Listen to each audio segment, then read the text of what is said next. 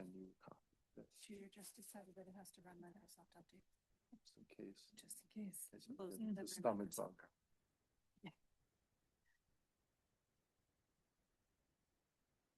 Nation in a PDF.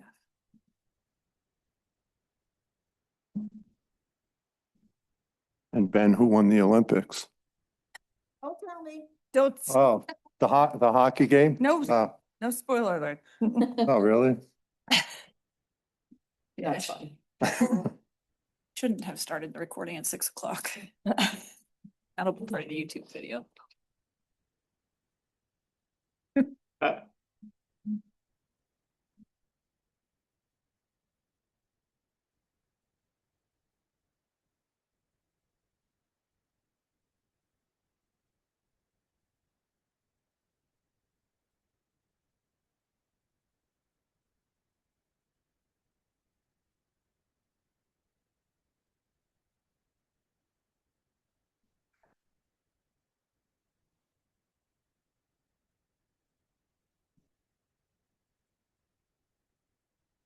What does this sick kid look like? Did you get, they just stay in there? Yeah, that is yours. Mine's in my pocket. I got you.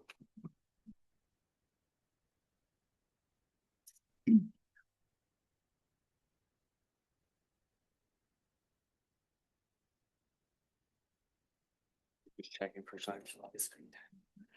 Okay, everybody ready? Mhm. All right.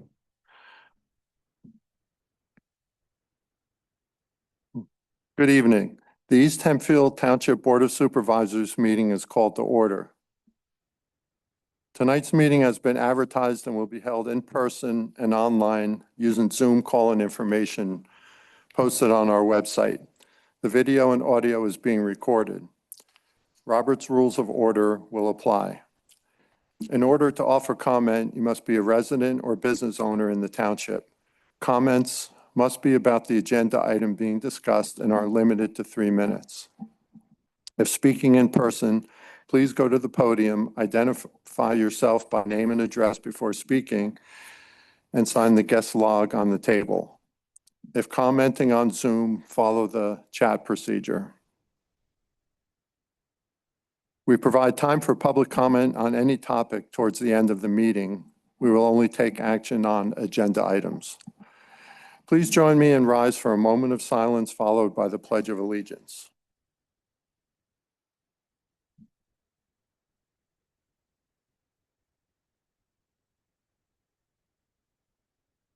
And now the pledge. Pledge allegiance to the flag of the United States of America, to the republic for which it stands, one nation, under God, indivisible, with liberty and justice for all.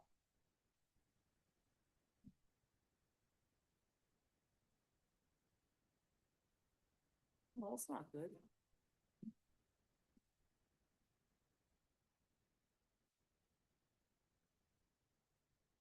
Right.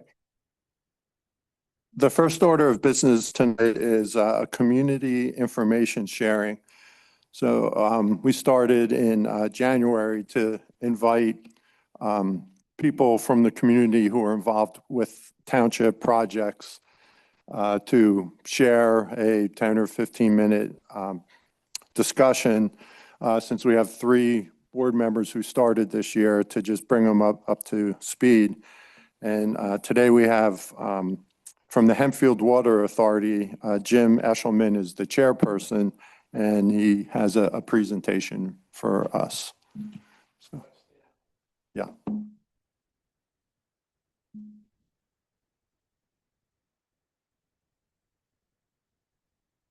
Talk into one of these, or Yes, please. are they You on? can hold it. Yeah. Oh, I can hold it. Yep, absolutely. Testing. There you go. Okay, well, I'm gonna go fast. If I don't make it in 15 minutes, I'll blame it on the clicker. You incorporated us, and our official name was the Municipal Authority of the Township of East Hempfield, Lancaster County, Pennsylvania. That's a pretty long name. It doesn't fit on contracts very well, but so we frequently used the acronym MATEH, just for Municipal Authority of East Hempfield. But more recently, we registered the fictitious name Hempfield Water Authority. Next. Well, I clicked it. I thought I'd just go over a little bit of the history of the authority. Back in the 1930s and 20s, 30s, and 40s, the residents of Landisville and Salunga wanted to have a public water system. They talked about it for 20 or 30 years. The obstacle was Landisville and Salunga were not, had no legal status. So, you know, they couldn't sign contracts, they couldn't borrow money. The Municipal Authorities Act was passed in 1935, and that created the vehicle to solve their problem. So, so East Hempfield incorporated an authority to develop a water system. And we're regulated by the Municipal Authorities Act, not the PUC. Next. I clicked it. These 10 individuals were on a committee to create the authority. The ones on the left with an A after a name were the initial board members. Next.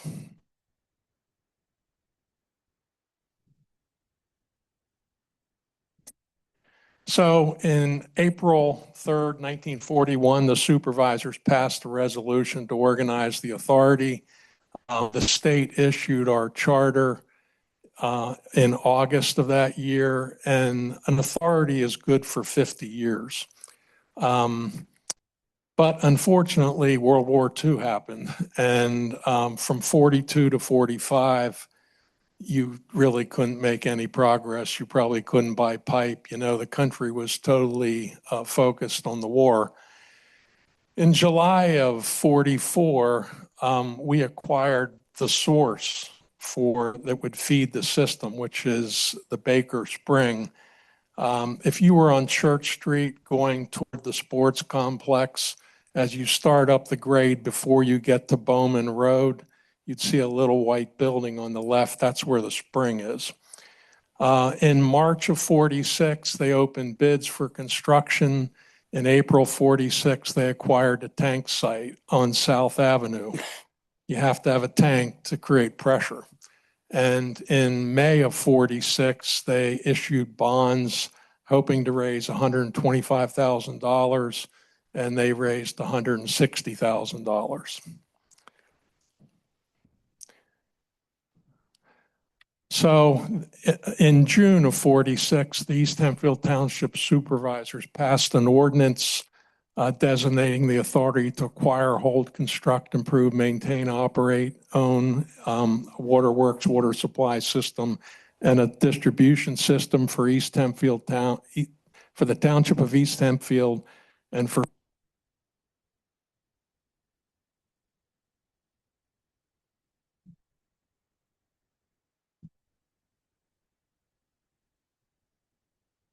such other territory adjacent municipalities that might request or require waterworks. And we don't serve all of East Hempfield. We only serve part of East Hempfield, but we also serve part of West Hempfield. Next. I assume you just go like that. There we go. The system became operable on April 1st of 1947. And I said an authority is good for 50 years. Since we were incorporated in 41, we expired in 91, and we were applied for reauthorization, and we're reauthorized through 2041. Next.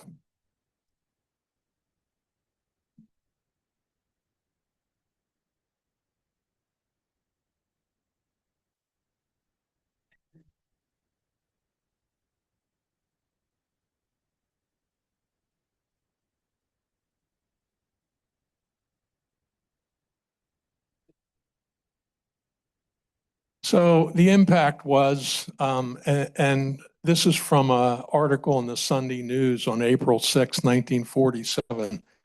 About 1,000 people were served with water. New home construction was spurred on the east end of Landisville. There were 26 fire hydrants installed, which lowered people's insurance rates. One firm installed a sprinkler system. Several private developments were enabled, and the water rates were pretty low from day one.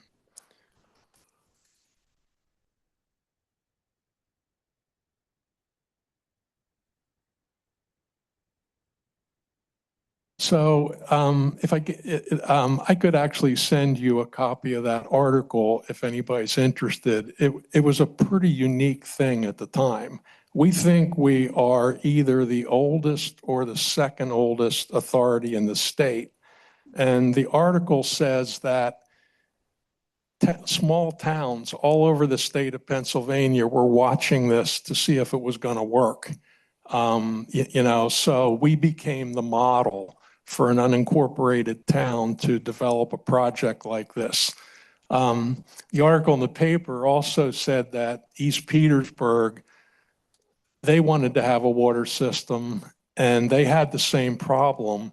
So they actually created the borough of East Petersburg so that they could create an authority. At least that's what the paper thought took place. Next.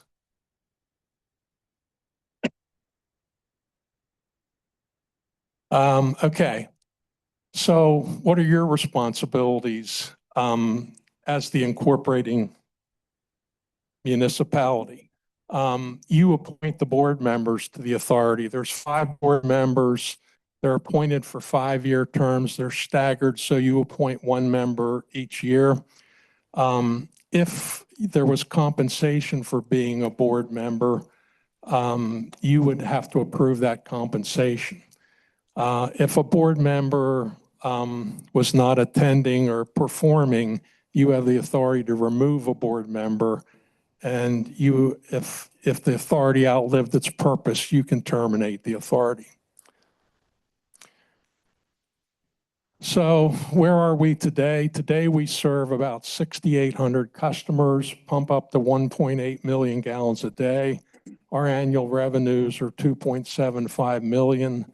We have 8 employees, a superintendent, a manager of finance, an office person, and 5 field employees. And today the sources for our system are 9 wells, plus the original spring. And we have 6 storage tanks with 5.4 million gallons of capacity. This is a crude map I drew just to give you an idea of the area we serve. So up in the upper left-hand corner, you see Harrisburg Pike. That's Landisville and Salunga. And the red line denotes that that's a boundary between a low-pressure area and a high-pressure area. So we serve Landisville and Salunga. We serve Spooky Nook Sports and the Emergency Management Building on the other side of 283. Then coming out Stony Battery Road in the lower left corner, I didn't click it. In the lower left corner, you'll see we serve over to the east end of Silver Springs. There's a Silver Springs Plaza, and behind that is a development. I think it's called Silver Heights, and we serve that. Coming out the Marietta Pike, we serve all the way to Rohrstown. There's another boundary between high pressure and low pressure. That line, that happens at approximately where Rank Plumbing is on Marietta Pike.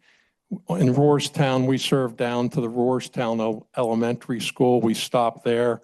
East of Rohrstown, we go to just this side of Barcrest.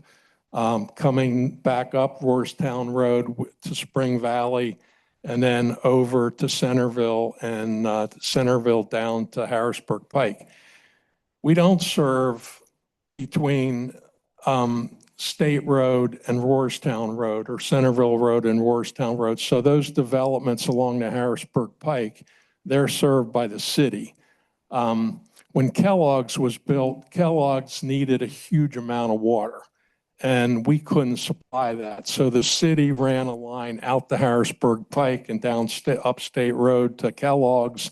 And then since they had that line in the Harrisburg Pike, they serve like the meadows and the developments along Harrisburg Pike. You can go to the next slide. So these are our 9 sources of water.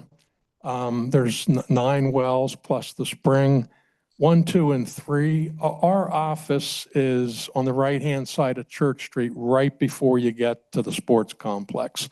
Wells 1, 2, and 3 are behind our office, and you can see the capacities, 200, 550, and 200 gallons per minute. The other sources for the high-pressure system are wells 5 and 8, which are in the Indian Springs development across from Weiss. And then well 11 is our largest well. That's at the sports complex right at the edge of the parking lot. And that's 1,150 gallons per minute. The wells that serve the low pressure area in Landisville are 4, which is at the elementary school, 6 and 7, which are in Aher Park, and the spring. Next slide. These are our storage tanks. Number 1, Landisville, that was the original tank on South Avenue. The 2 tanks at Oyster Point are up, I don't know, we call it Crow Hill. I don't know if that's a term people know or not, but it's up above the Marietta Pike. Roarstown, we have a tank. There's the street that goes off of Marietta Avenue at Route 30 goes back to those 2 churches. If you looked up on that hillside, you would see that tank. We put another tank in Landisville at South Avenue. That's number 5. And then Centerville, Getz's Woods, that's our largest tank, 3.5 million gallons. Next. So, I said here, there was a watershed event for us. I'm not talking about the drainage area that supplies our water. I'm talking about a momentous event that happened that completely changed our lives. In 2011, we had a permitted capacity of 6.06 million gallons a day. One of our wells, number 5, came up for re-permitting. Most of the wells had been permitted well before, well, they had all been permitted before that. Back in the old days, it was with DEP, but by 2011, the Susquehanna River Basin Commission, they're the ones that control quantity. We negotiated with them for a year, and at the end of the year, they reduced our capacity from 6.06 to 1.94. That was a game changer. I mean, prior to the Great Recession in 2008, we might have pumped 1.8 million gallons. So basically taking us down to 1.94, we said, how can we approve any more requests for water? You're taking away all our excess capacity. They are an unbelievable regulator to have to deal with. They said, well, if you can do, if you can do pump testing and prove there's more water, we'll give you some capacity back. We went through a 12-year process, spent over $600,000. And at the end, in 12/15/22, they increased the 1.94 to 2.065, which is negligible. Next. So what did that do? Well, first of all, the tapping fee is a fee that a new customer pays to connect to our system. The tapping fee is the cost of the system divided by the capacity. When you take the denominator of that fraction and reduce it from 6.06 to 1.94, it increases the tapping fee by 3.12 times. So our tapping fee went from $852 per EDU which is, think of that as one house, an economic dwelling unit, from 852 to 2658.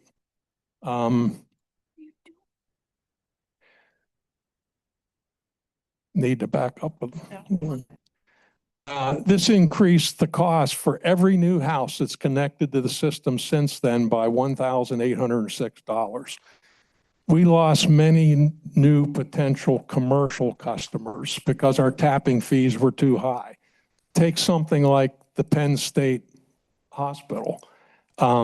If they needed 500 EDUs, that tapping fee would be $1.325 million if you take 500 times 58.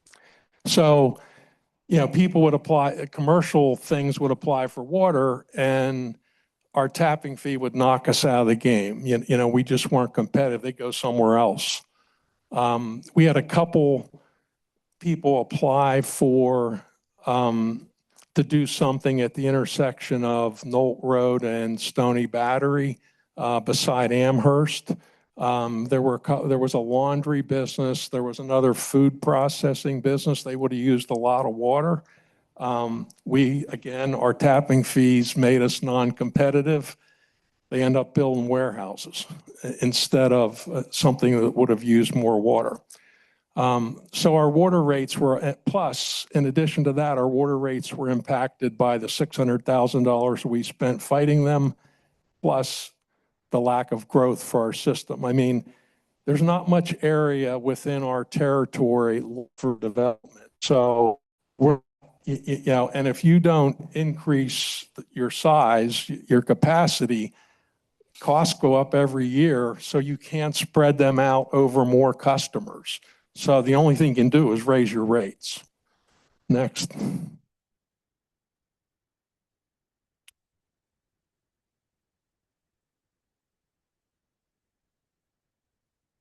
So I'm not going to spend much time on this slide, but where this really becomes significant is the low pressure system is fed by well, I told you it's fed by well 4, well 6, well 7, and the spring. Those are relatively low capacity. All our you know, most of the capacity they took away from us was in the high pressure system. It's all up around the golf course. The wells at the sports complex, the wells in Indian Spring, and the wells behind our office. So in the low pressure side, our capacity was 596 gallons per minute. They approved 447. On the high pressure side, our capacity was 3,843. They reduced it to 988. The 1.422 plus the 0.643 million a day is where you get 2.065. Next slide.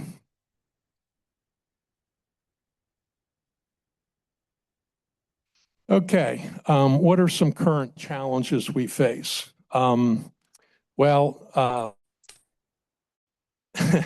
SRBC was pushing us to pump more water out of 6 and 7, which are in Aher Park.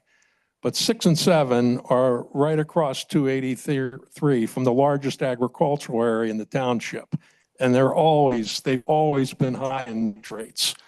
Well, this summer, when there was a drought, they went over the limit. And we had to notify our customers that they were over a limit, and send out warnings, and deal with that situation.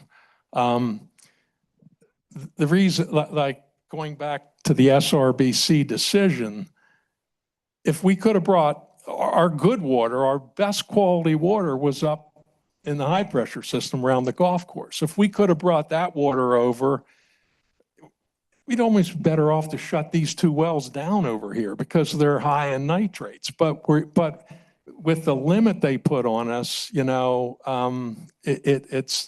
we actually have done that to get out of the situation temporarily.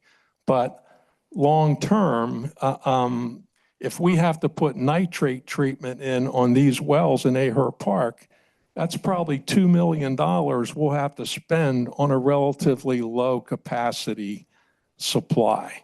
So that's going to drive up costs. Yeah, I just said that. And by the way, the press kind of, I mean, the word went out that we had a nitrate problem with water, but it only affected this area. It didn't affect the high pressure zone or Rohrstown. It only affected the area that are getting water from the Aher Park wells. So, you know, but that's not the way it was portrayed in the news releases. But anyway, now we've stopped pumping 6. We're bringing some water over. And in the next day or 2, letters are going out to all those customers that the situation is done. So, you know, it took us this long to get that resolved, but we have it temporarily resolved, and we'll have to work on a solution for the future. Next challenge is lead and copper rules. This is probably an outgrowth of what happened in Flint, Michigan with lead, and it's just unbelievable what the way they're handling this. We have to create a database of all 6,800 customers, and they want to know what the pipe is made of from the main to the curb stop. The curb stop is a thing in your front yard where it's a valve you can close to shut off the water. From the curbs to the house. And originally they wanted us to prove that at 3 points. Well, you know, you can go down the basement and take a picture where it comes through the wall and see what it's made of there. But out at the curb stop, you would have to dig down to the pipe. You'd have to dig in somebody's front yard, or some of those curb stops are in sidewalks. So we would have to dig up every one to prove what the pipe is made of. And we don't have any lead in our system at all. You know, like in older cities, they might have used lead back then, but we never used lead. But that doesn't matter. We have to do that. Digging up all those curb stops and producing that proof will cost well over $1 million. Plus, there's probably going to be a lot of angry homeowners if we have to come in and dig up in the front yard. The newest challenge is PFAS. These are what's called the forever chemicals. DEP had a limit on PFAS of 12 to 14 parts per trillion. I think I read in the paper that a part per trillion is equivalent to 1 drop of water in 32 Olympic-sized swimming pools. I mean, and all our wells were under 12. We're under 12 parts per million. But now EPA is coming out with a limit of 4 parts per trillion. And we have one well that's over 4 parts per trillion. It's the well at the school. It'll cost a couple $1 million to treat that well. You know, so again, it's a lower capacity well, not, you know, and we're going to have to spend a huge amount of money on it, which is, again, is going to drive up our rates. Next.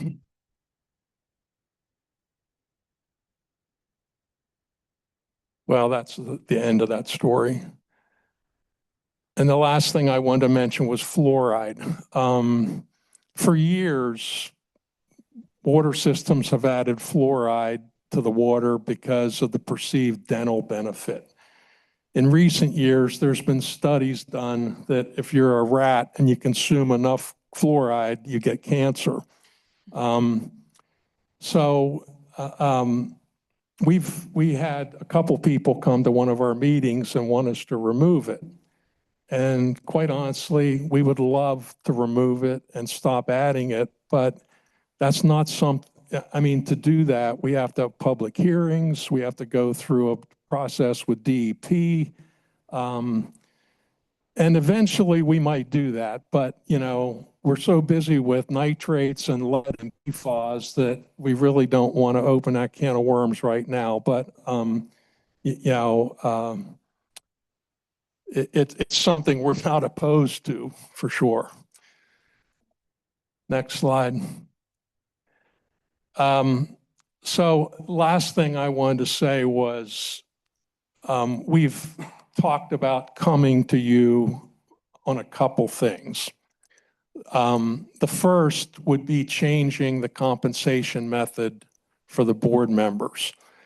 We're not compensated to be a board member, but we are compensated in addition to be a board member.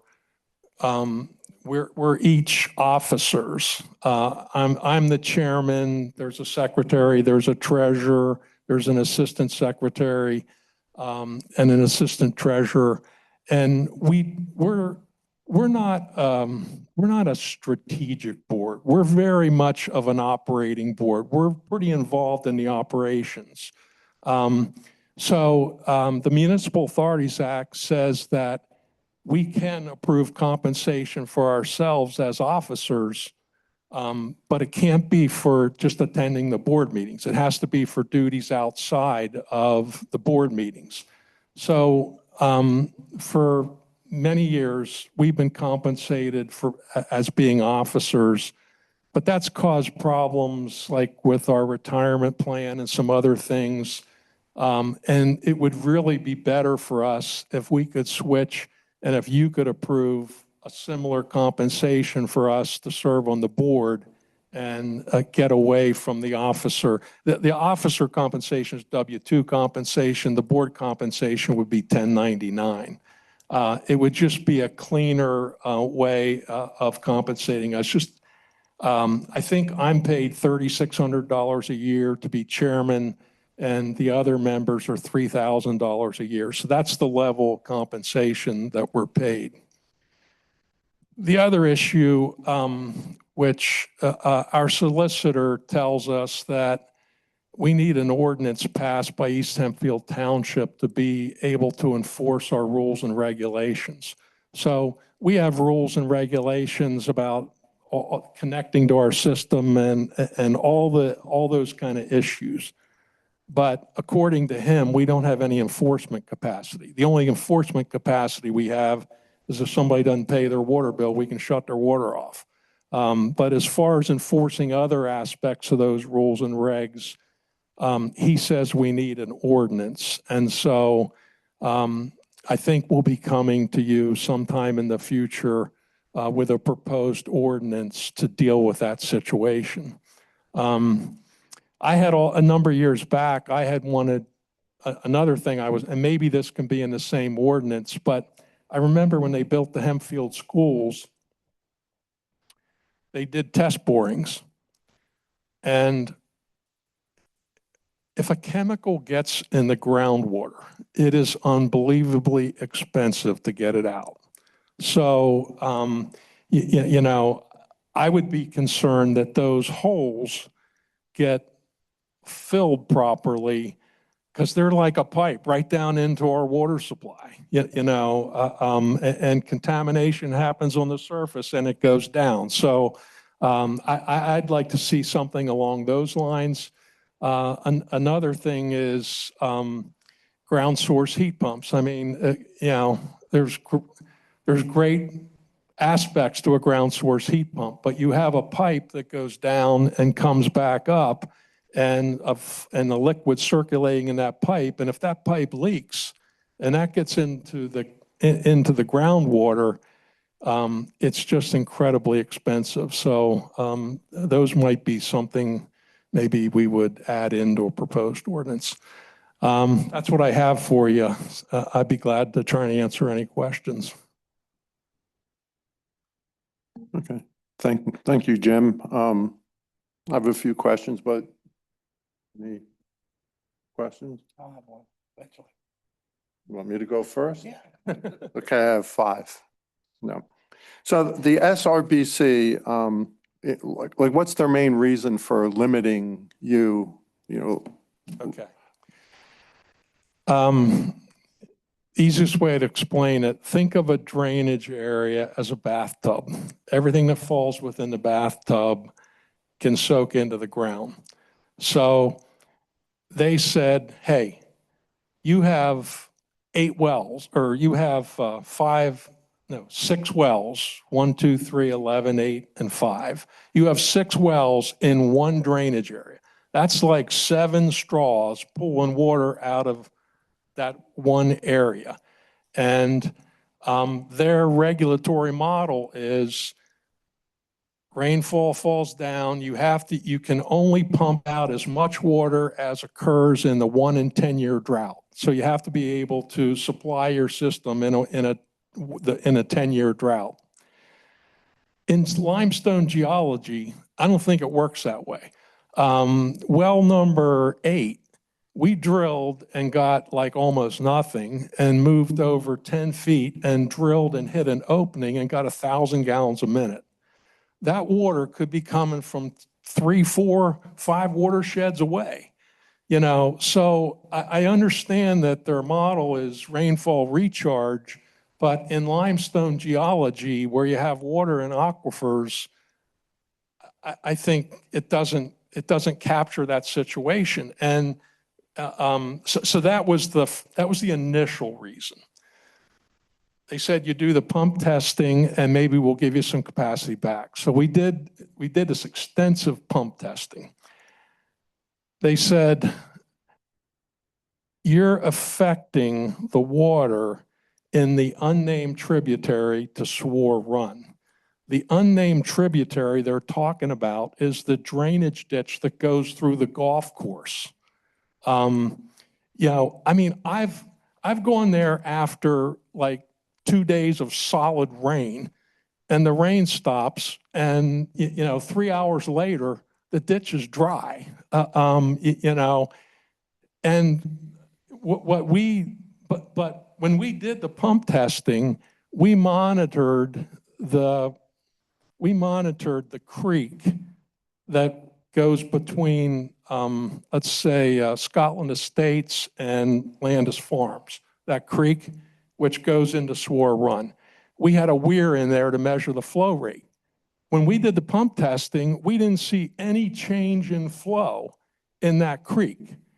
But they said we affected it up in the ditch that goes through the golf course, which to me is just absolutely ridiculous. So those were the 2 main reasons that we were trying to overcome. And would other townships tell a similar story as you just told, or is there something unique about East Hempfield that they were? No, I mean, it is their regulation, but they're incredibly difficult to deal with. I mean, I remember back in 2011, that well came up for permit. We negotiated with them for a year and agreed to reductions in our capacity. They called us up on August 30th and said, hey, we'd like you to come up to our office.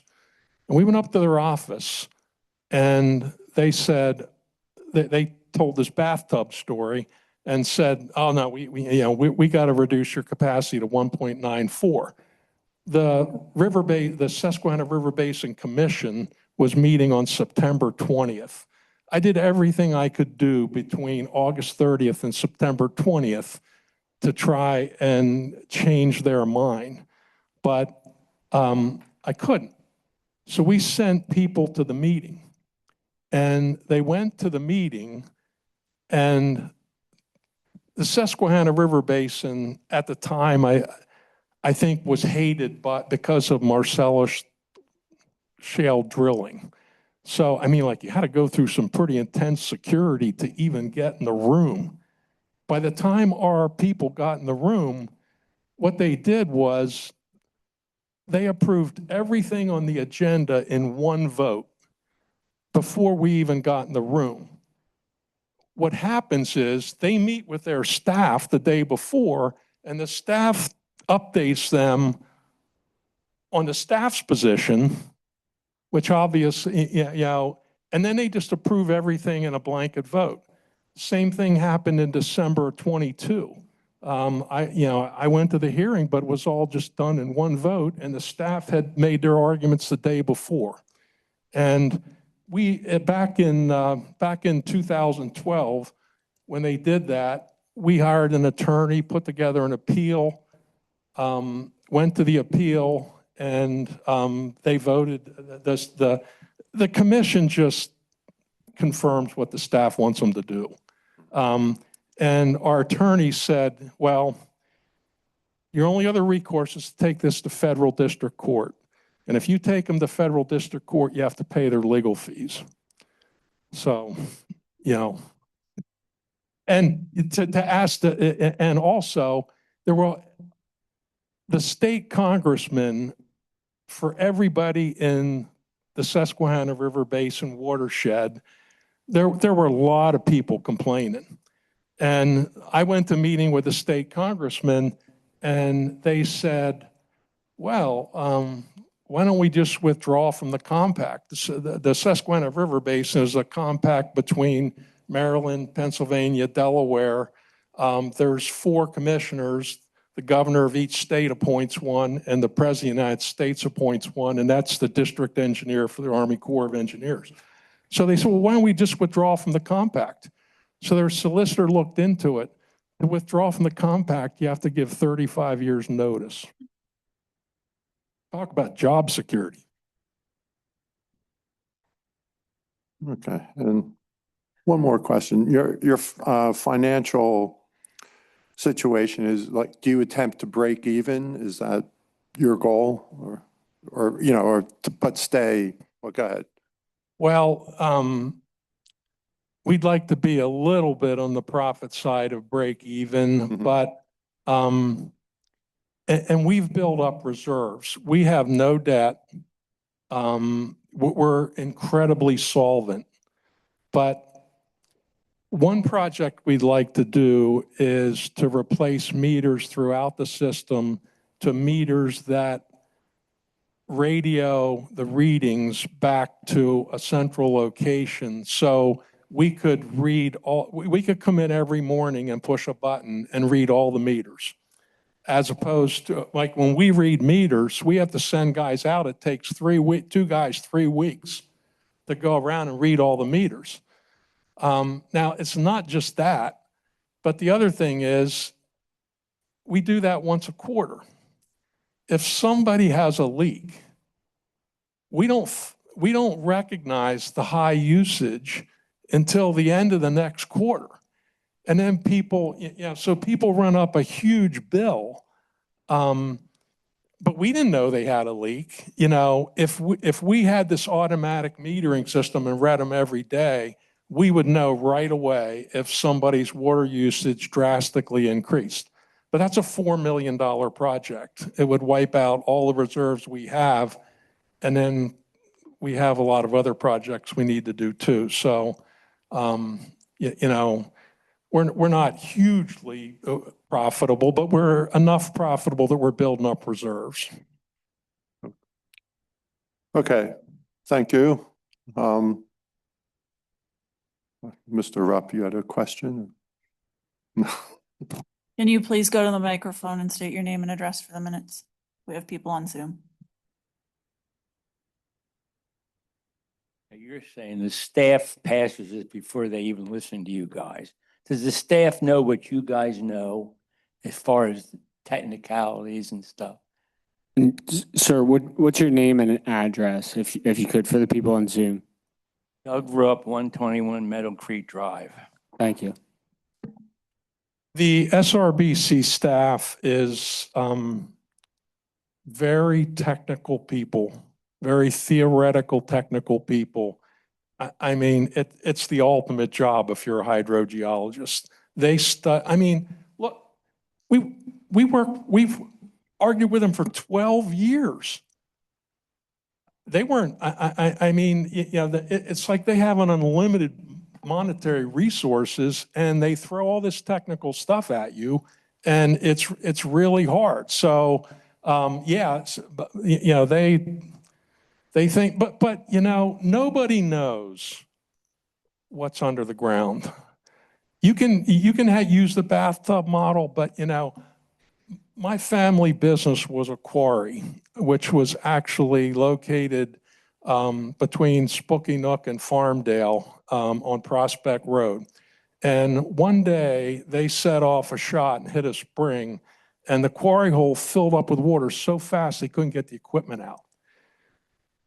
Moved across the street and have been mining there ever since, and there's hardly any water in the hole. So that shows you that, you know, the water in limestone geology is in aquifers. And the thing to me, which is outrageous, is so they say, okay, you're taking too much out. You got to go somewhere else to find water. There's nowhere else within our area to go. The only place we could go is out the Marietta Pike to the west toward Marietta into rural agricultural land and try and find a well and put a pipeline in to bring it back to the system. Now, how much sense does that make? So they're technical people with absolutely no common sense. All right. Yeah. Well, thank you very much, Jim. I know yeah. Sorry, that's okay. Jim, I just want to take a moment to publicly thank you and your staff for the way that you listened and to the resident concerns concerning the fencing of the tower up in Hunter's Path there in Getz's Woods. Yeah. It looks great. I think everybody's happy, and it was, I think, just the fact that we took the time to listen and respond was a real plus for your organization. Thank you very much. Well, I'll pass that along to them. Yeah. So, Yeah. And to pile on the accolades, it sounds like you've been through a lot in the past many years and, Yeah. you know, all for the good of the township for minimal compensation. So yeah. again, Well, well, thank you very much for that too. I've been chairman for 35 years, so I've seen way too much. You know, the board's turned over 3 times underneath me, and I remember all this stuff. So it's a curse. Okay. Well, thanks again. Yeah, it was eye-opening. Right. All right. The next item on the agenda is the consent agenda. The consent agenda is normally made up of routine items that typically require little review, discussion, or explanation. So on the consent agenda, there's items A through F. And are there any comments from the board on the consent agenda? Okay, from the audience or Zoom? Hearing none, is there a motion to approve the consent agenda as presented? So moved. Is there a second? Second. Thank you. A motion made by Mr. Landis and seconded by Ms. Abbott. All those in favor? Aye. Aye. Opposed? Motion passes 5-0.